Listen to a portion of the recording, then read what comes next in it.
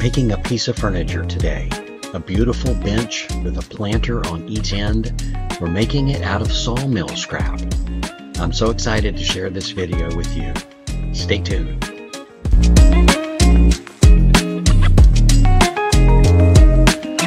I saw a bench on YouTube Shorts and I thought I'd like to make something like that. This is a picture of what I made. Not the pretty lady, that's my wife. God made her. I made the bench. I drew these plans by determining I wanted the bench to be 14 inches tall, and then I developed the rest of the dimensions from there. I made one square on this graph paper, 2 inches square, and I used a pencil. I got this bundle of scrap from a sawmill, and since I had so much of it, I decided to use it for the bench. As I went, I changed the plans to make them better. You can see right here where I had to change a bunch of things on my cut list as I went through. I realized that I had made it based on one planter, but there obviously has to be two, one on each end. When I got through, I had these beautiful detailed plans made to go with the bench. I have this video time-stamped so that you can jump around and get to the places that you want to see about how to build the bench. You can use any material that's 1x3. I used oak because I had a lot of it. You can make this bench with very few tools. I'll have a link to the plans in the description below. If you'd like to buy them to use to make your own bench, I'd love to see what you created. We're going to go to Papa's Woodshop now and start by cutting all of these pieces here in the cut list. See all of these pieces right here? This is going to become a oak planter bench. It'll have two large planters, and in between will be a ladder style bench. And then I cut all of those pieces from sawmill scrap, and so you see that pile out there? Those are all of the pieces, and then there's a few more over here, a couple more that I couldn't even get a solid 3-inch wide piece that was at least 8 inches long without there being a horrific split in it that was no good. And I need this bench to be very, very solid and have, be made from good quality wood. So I was very choosy on how I cut those, and I did all of that over here on this saw with the jig set up I got over there. So this push block fun that we're about to have here with my new gripper tool is going to be to set the table saw to 3 1/8 and run everything through it on one side, move it to 3 inches and run everything through on the other side, make sure everything's the same width. Setting up now for the cut. All right, so first thing I did was put the fence back on, hooked up my dust collection, and thank you to my brother-in-law Jamie. He bought a bunch of adapters for his shopsmith and gave me the ones he didn't need, and this one works really nice. Fits in there tight and should keep me a lot more dust free. I have not plugged the saw back in yet because I'm still messing around with this. I set my gauge here to 3 1/8 inch for one side, and then I'll run them all through first, and then I'll come back and run them through again at 3 1/8. And I've got my gripper sitting here on top, and the only adjustment I've made so far is I loosened these and dropped this plate all the way down so it runs smoothly on the surface of the saw. And then let's look through here. You can see what I'm seeing. Can you see the blade in there? The deal is, when you get started, you've got to be able to see that blade perfectly through that opening so that you're absolutely sure it's not going to cut your stuff. I'm going to also set it up there like so and take a look at it again. Let's see if we can zoom in on that and get a better idea. That is really, really close. But it's clearance. it is absolute clearance. We're good to go. Another rule is that the handle is above the blade. So I'm doing great here. I've got 2 feet that grip the board very nicely, but I need to move my handle over the blade. So I'm going to loosen the screws in here, slide this over. So I'm going to loosen both of these up, and then same time scooch it over like this, line my handle up with the blade, and then tighten it back down. The guide's flat against the table. The handle is above the blade. The blade passes safely through the channel. I've got at least 2 feet firmly on the piece that I'm going to push. Get everything off the table, and let's start doing it. I'm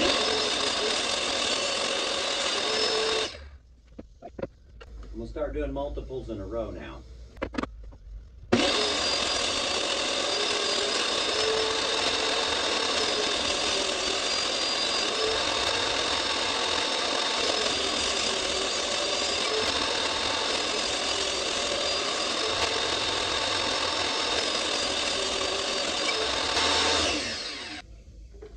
Looks like it worked out pretty good.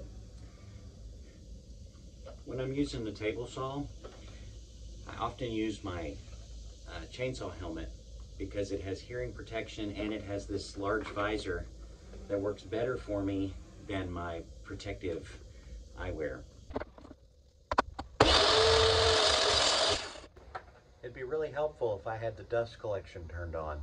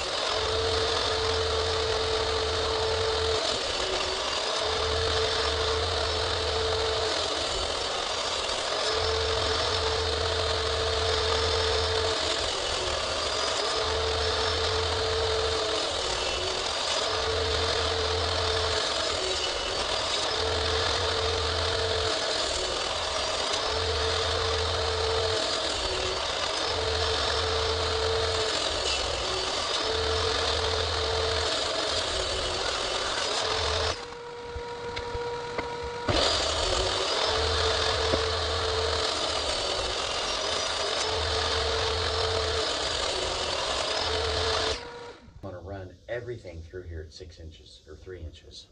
I got a lot more of these to do.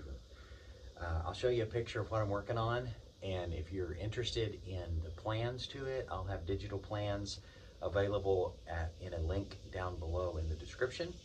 And appreciate it that you're watching, and appreciate it if you'd subscribe.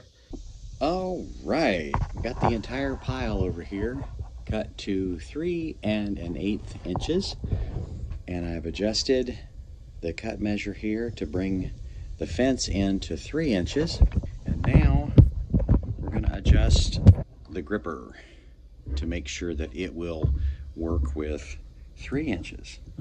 So to make this easier, I'm going to put this piece in here, set this up, and see if that will allow it to pass through there. So come down here and look with me, and look at that. We've adjusted it. I've adjusted it to 3 inches, and that's going to pass through there quite nicely. I want to move this middle piece to the left just a little bit, and that should work just fine. All right, so to adjust, zoom back out here, adjust this, we loosen here, and then I'm guessing here, but I think I want it should be about right there. A little bit. That's a funny sensation, trying to find the bolt in the camera. All right, now let's set it back up over here. And what I'm looking at is it's flush here on this side, and then I come down and I look to see if the blade is going to pass in between the 2 feet. And it is. There won't be any problems there. So now I'm going to run all of this back through there and get it down to 3 inches. Now, a lot of it I'll be able to cut 1/8 of an inch off of the side I didn't cut, and it will essentially be jointed. I mean, it'll look really good. I won't necessarily have to run it through the joiner. Other pieces, I need to get the 1/8 inch off the same side I took through off of the last pass because it still didn't turn out right. It turned out rough. There are, see, like this one here, it didn't quite take it all the way off, so I want to take that 1/8 of an inch off of this side, and I'm going to set those aside and run the opposite side through the joiner so that I have 2 smooth sides.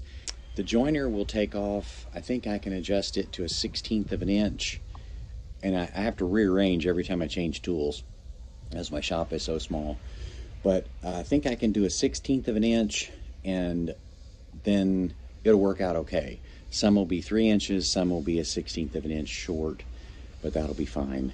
I'll be able to make adjustments as I do the assembly and drill for the screws. After that, for the tasks for this fine tool here will be to turn these into 1 inch by 1 inch pieces. What we're looking at here are the plans that I've hand drawn, and I've got a cut list over here, which I needed to double a whole bunch of them, and then I've drawn it front and back. I've drawn it looking down at the top, as so you can see how the bench goes on. This is the side of the bench, and then up here, this is left and right side, and then looking down at the top, looking up from the bottom. So what I've assembled here first are 2 matching end pieces. I matched this one so that my 3 inch piece butts up against the 10 and the 3. The 14 runs on the inside, and then I've got 18s down the side, 4 18s. So I'm actually looking at it this way, not from left or right, but from front or back. Yeah, here it is. So if I were looking at this from the front or the back, you'd see this 3 inch piece, the 10 inch piece, and the 3 inch piece. See it here? 3, 10, 3. So then this is the 14. See the dotted lines here? Doot, doot, doot, doot, doot, and the 14 in parentheses? That's what is on the other side that we can't see, but we're looking at it in reality here flipped over. So that's what this is here, is a 14 inch piece, and that's represented by this 14 here. And looking at it from the top, you can see it this way here, the 14's on the inside. So what we're going to do to put this together, I'm going to put a bead of glue, and incidentally, I keep my glues, solvents, paints under the house in a sealed container because of the consistent temperature. I was keeping them out here in the garage, and stuff was ruining really bad, really fast. And then I'm going to use my brad nailer, and we're going to use 1.5 inch brad nails, which I can apply here from the inside, in this case, straight down into each of the legs, into the face piece, top and bottom. Now, I just realized something I got to adjust. So here, you see how this 10 inch piece is up from the bottom? It allows the legs to be legs. So I'll have to make that adjustment here, and then we'll start gluing and brad nailing. Right, so we're going to make an adjustment here, and the way to know for sure is to get enough of these 14 inch pieces on the inside.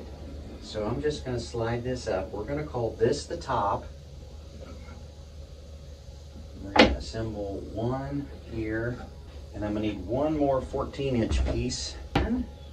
That lets us see how far up this 10 inch piece needs to go in order to look like trim.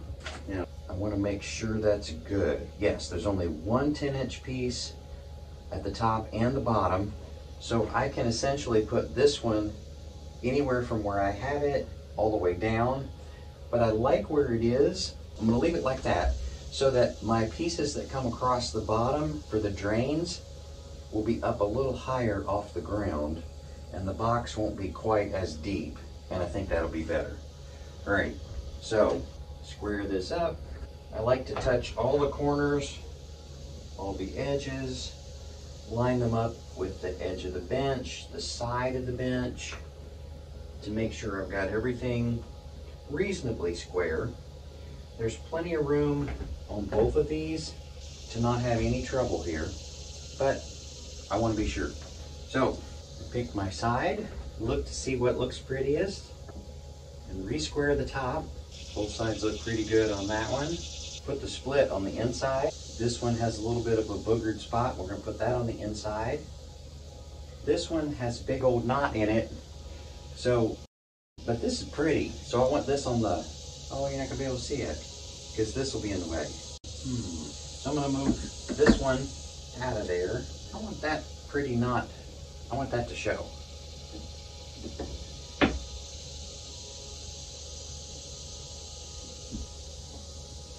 And then re-square everything again.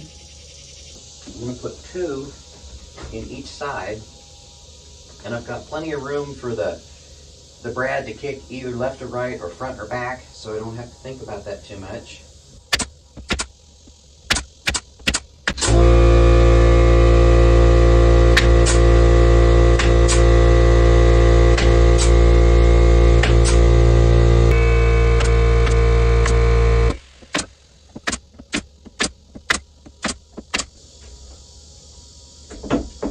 Now that will put this in place. Oh, I forgot I can do that. Let me run brads down into those. Yes.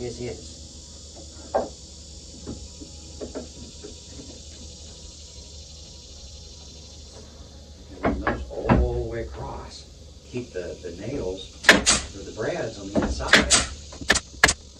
Much prettier on the outside. Now that whole piece is together. Isn't that pretty? Very solid. There might be a little bit of hickory, but by and large it's all oak. The sawmill told me I may have gotten a little bit of hickory mixed up in it.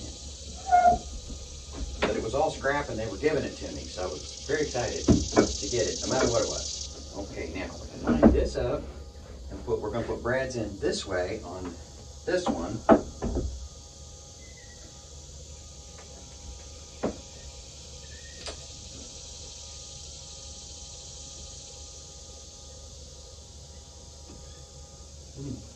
My hand's shaking already. Ah.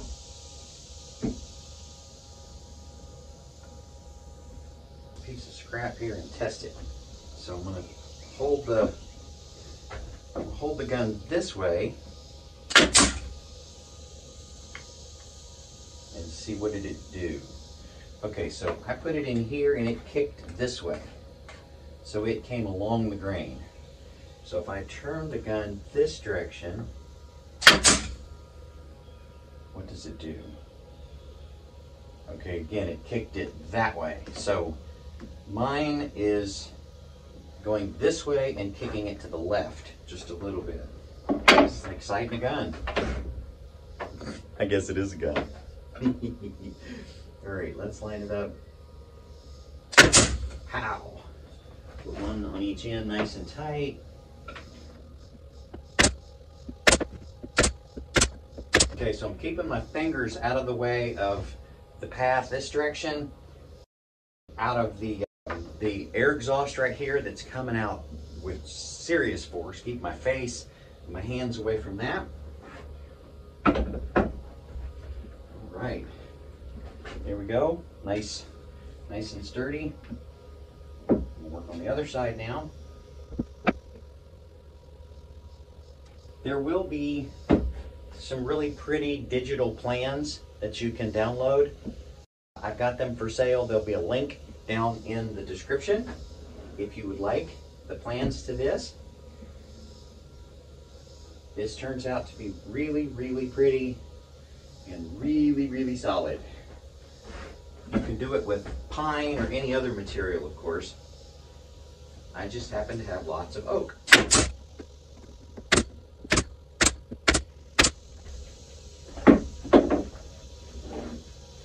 And there it is. There's one side of one planter. So I'm going to repeat this process 3 more times and then start assembling the pieces together. Actually, I'm just going to do it 1 more time and put them together in case I made some mistake. Got 2 pieces inside. I now need 5 14 pieces. Look at this one. Isn't that pretty? We'll make sure that it's showing.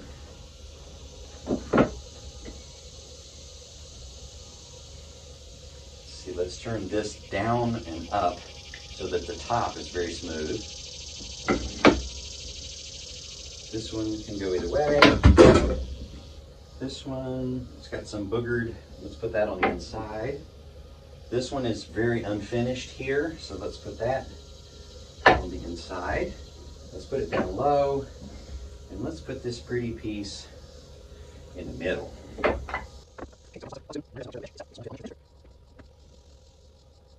right, and we'll put the first bead and glue up here.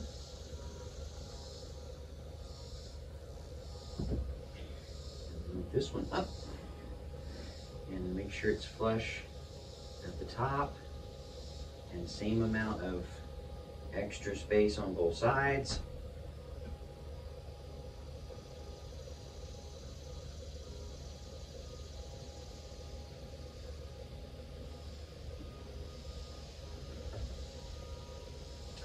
And I'm going to go ahead and put in 1 brad to hold it still, both sides.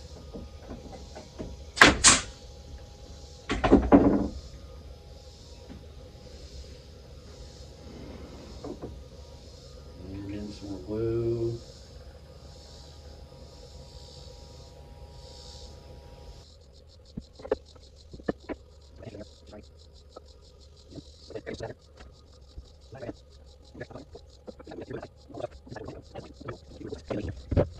When I cut these, I cut several extra, 1 or 2 of each size, to give myself a little bit of leeway if something wasn't real pretty.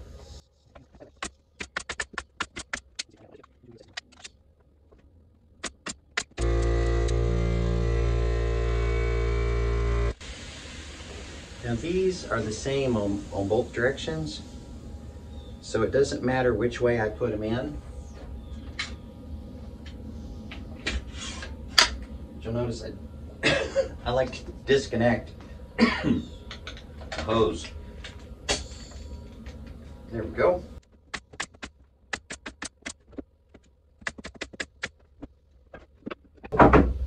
See how that framed it in the middle? Isn't that pretty? I like that. I think most of my customers pick my stuff because it's got rustic elements like that. Nice rustic element to make it unusual.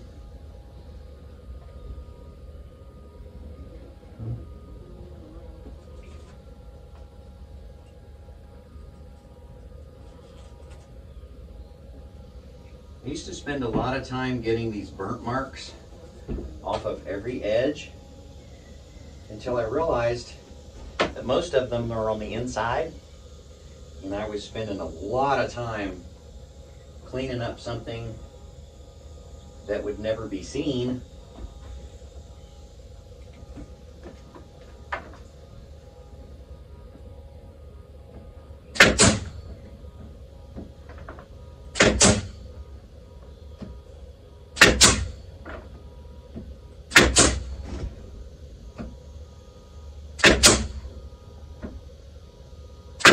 And since it's not a structural issue, it's purely for the sake of visibility and looking good, then it doesn't matter. I am all for doing excellent quality on stuff that can't be seen. if it matters. You know, if it's structural and it can't be seen, well, that still really matters. And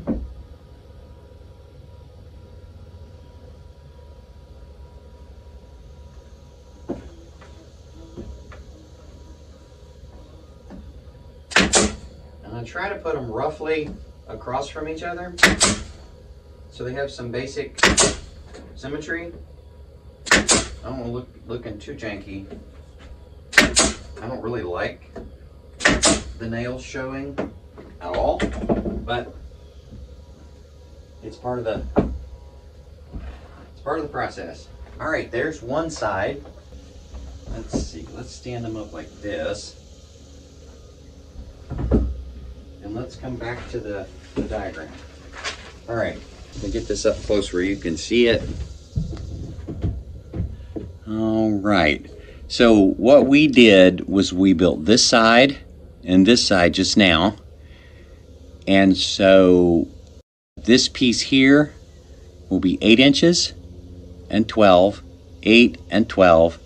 So I'll need 2 8s for this side, 2 8s for this side,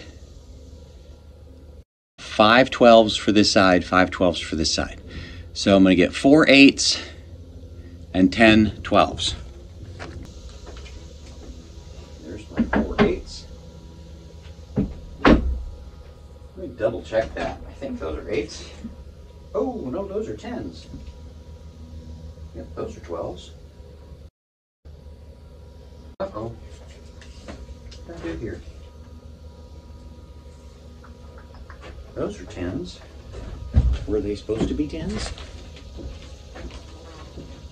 3, 10, 14. Yep, okay. So the other side. Okay, let's put the 10s back and get some 8s. Wondered why my 10 stack was getting really short really fast. Okay, here we go, 8s. And these, you want the pretty side out and both the pretty side up and bottom.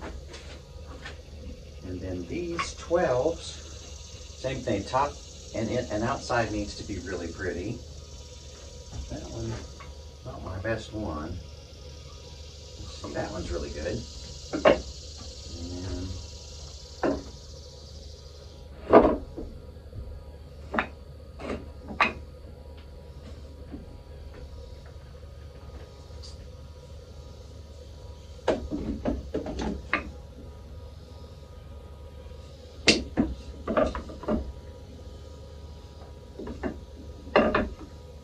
check a couple of things here. This should be about 16. It is. This should be about 16. It is. Okay, so that is the correct squaring. Okay. Good, good, good. We're moving right along. Let's get these out of the way.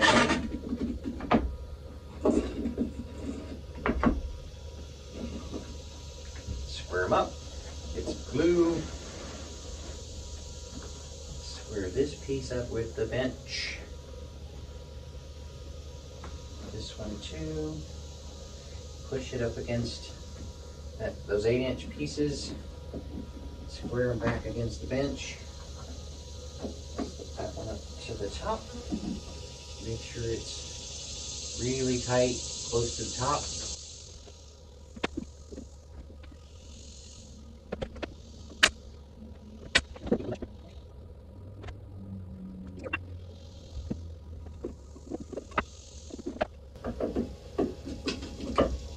When I get them all together, I am going to do edging.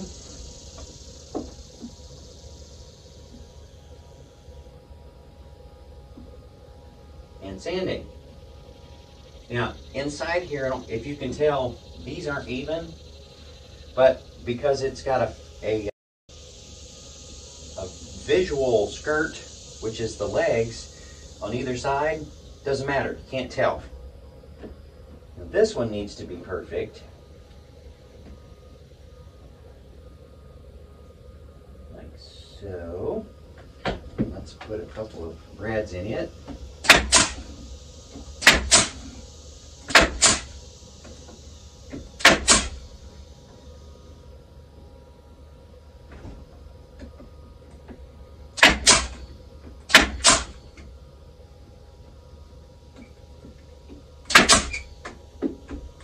Wow, that oak is so hard, sometimes it sparks like metal.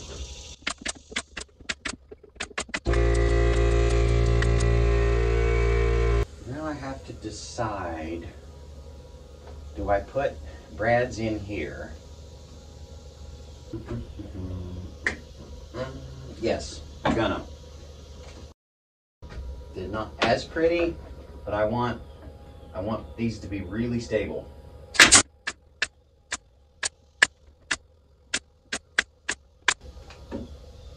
Awesome! None of those popped through.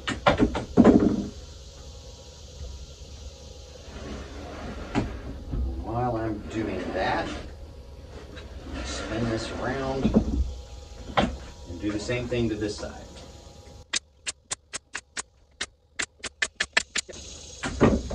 And now we'll fill out the other side.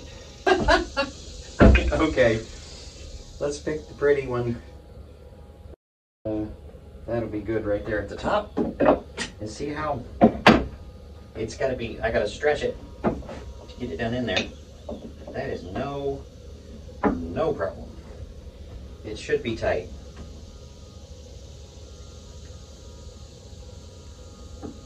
And find a pretty 12. Prettiest one. There we go. And we'll go ahead and glue and staple it. Nail it. Ooh, I've got to put a shim under there.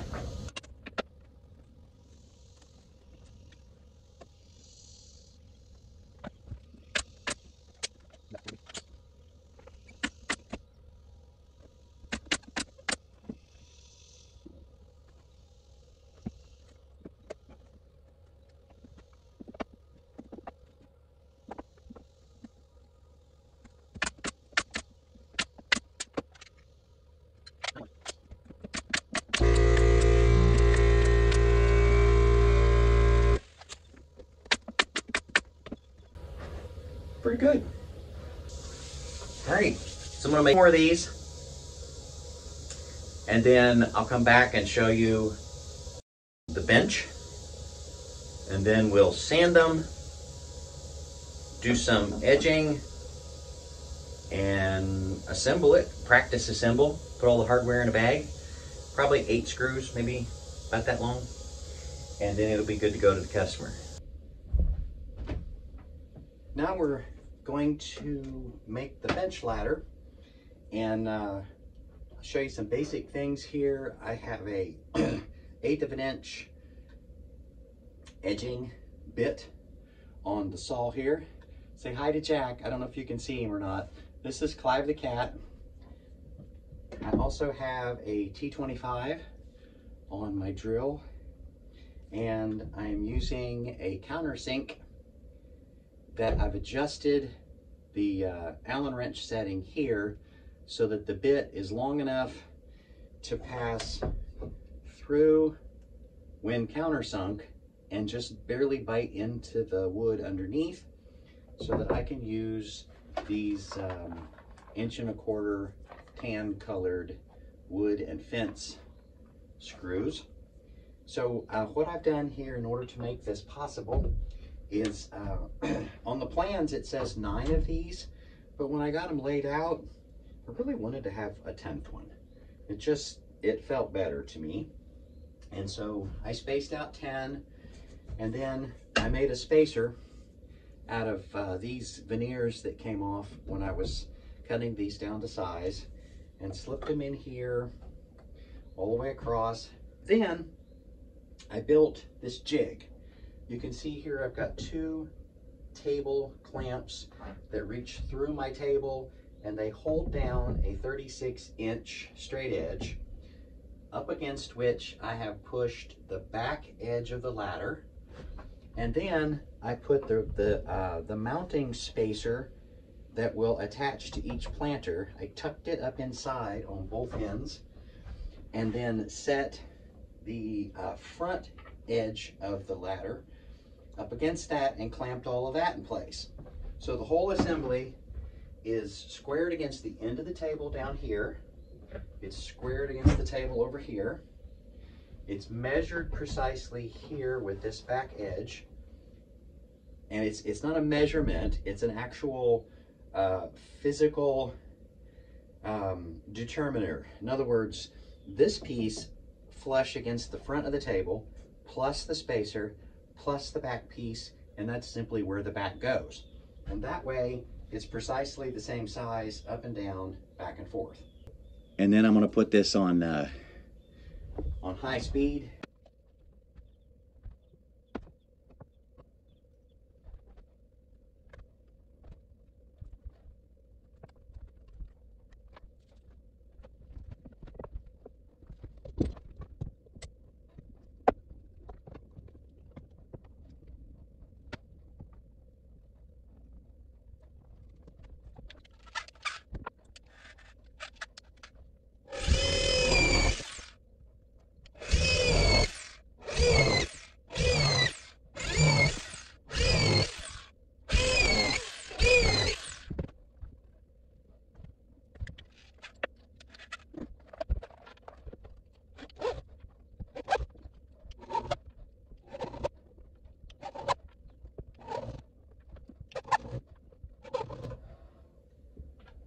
Wow, that can only be providence. Thank you, Lord.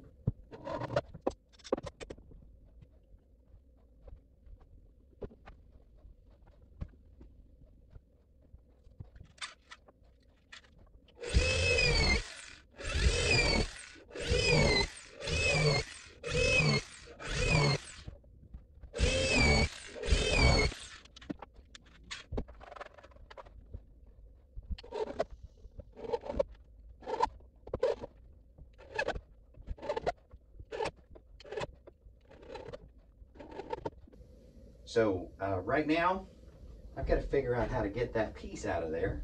I pushed it up under there. There we go. This will be fun. it's a silly little game. There we go. Look at that. Fish that right out of there. Alrighty. Now we got to unclamp it because it's taller than the opening.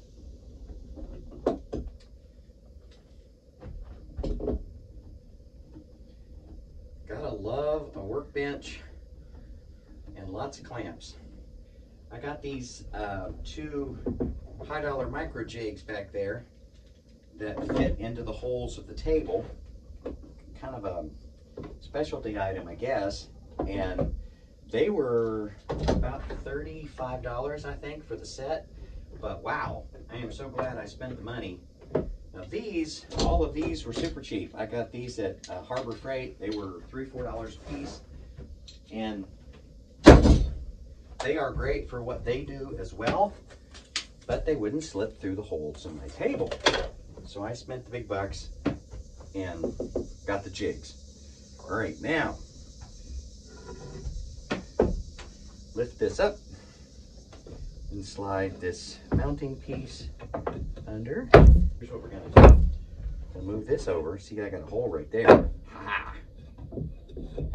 And I can put my micro jig in there.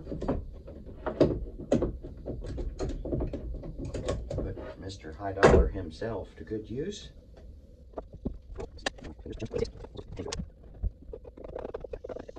Put this in. Ooh. Ooh, that's... It's too tall. Oh, no, no, look at that. Ha, ha, ha. There we go. It does work. It fits. Look at that. Okay.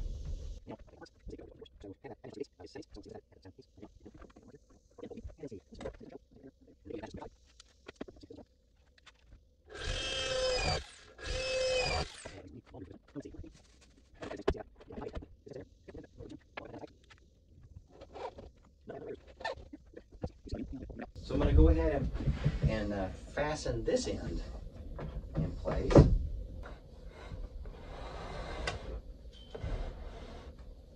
There we go.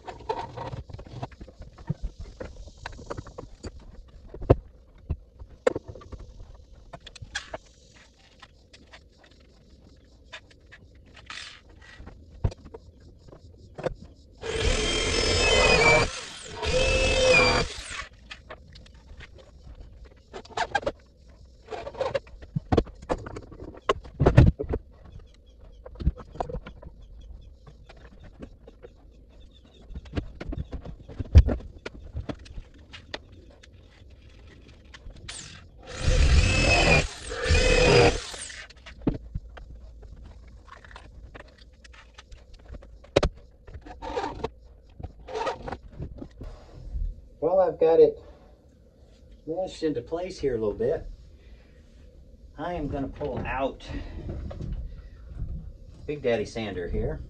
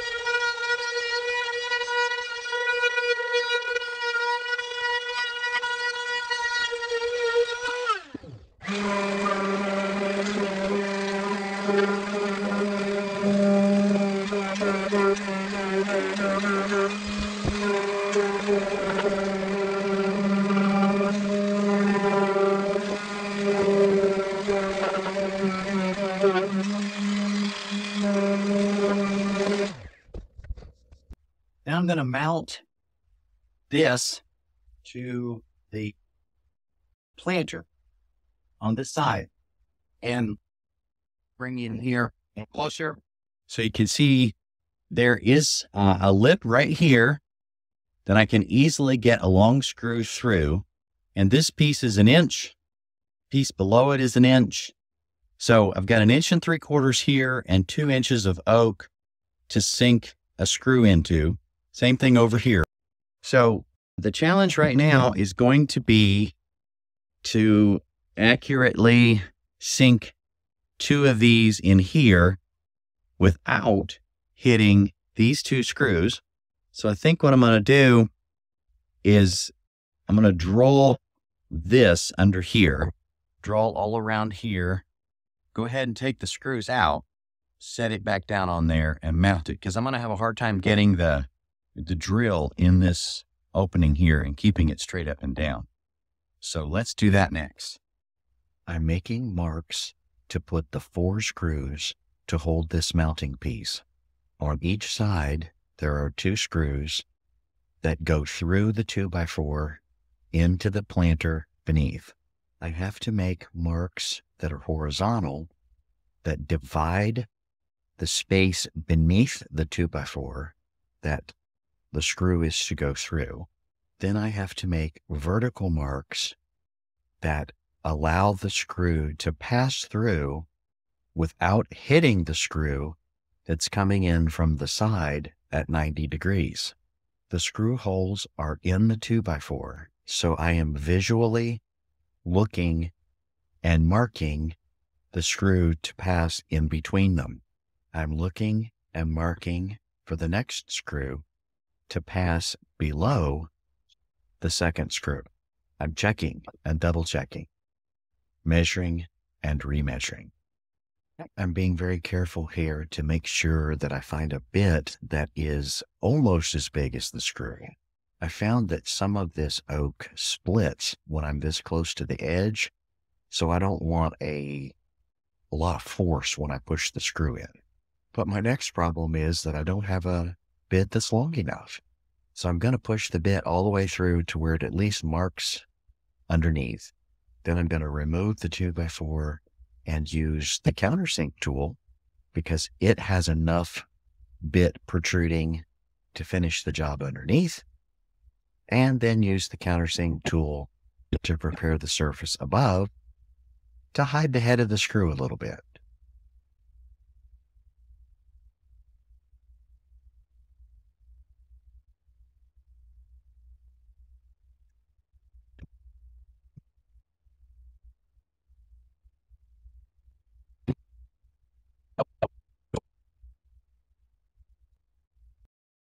Now let's set this planter up.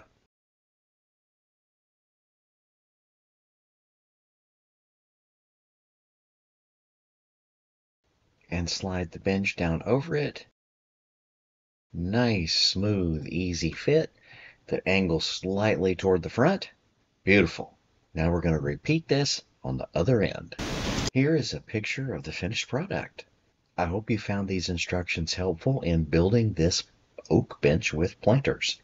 I'll put a link down below to the electronic plans that you can purchase if you like.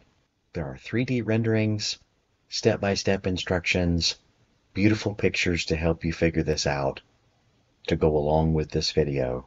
Thank you for watching Made in Papa's Woodshop.